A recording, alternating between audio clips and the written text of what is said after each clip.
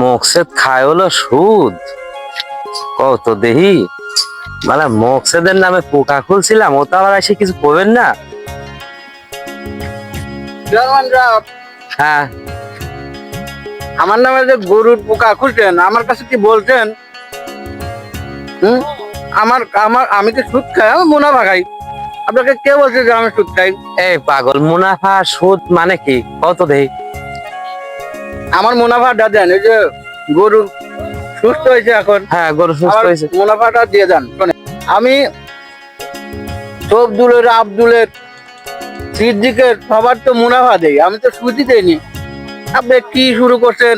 মানুষের কাছে কইছেন, অনেকের কাছে কইছেন আমি নাকি সুদ খাই। হ্যাঁ, তো আরে ভাই, কবই আমি তো। তো মুনাফা খাই। আপনি কি ধরনের কথা বল? এই মুনাফা আর সুদ কিসের পায়?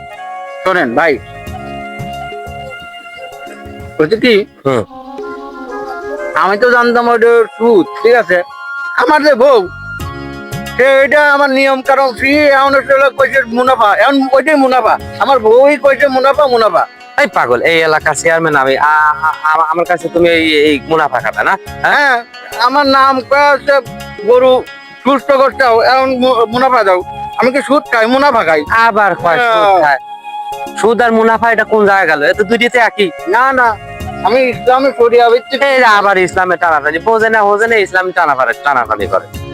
মুনাফা দিবা কিনা এটা কও, নাহলে সামনে ভোট দেবো না। আমি একটা চেয়ারম্যান মানুষ, বোঝোই তো, আমার একটা আছে না, আজারুলি, আমার একটা আছে তো। তুমি চেয়ারম্যান কি করছো সেটা কও তো, দিবা কিনা, থাক কিনা, থাক কিনা। এ সম্বন্ধে দুটির এটাও আমি দেব না। এই তারিখে যদি গম আসে, আমি তোমার 5 কেজি গম দেবো না। দাও।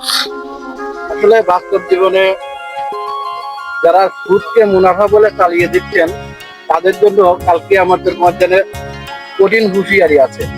তো আমরা সুদ এবং ঘুষ থেকে নিজেকে এবং আত্মীয় স্বজনকে দূরে রাখবো। এজন্য সুদ এবং ঘুষ থেকে সবারই বিরত রাখার অনুরোধ জানাচ্ছি। আল্লাহ হাফেজ।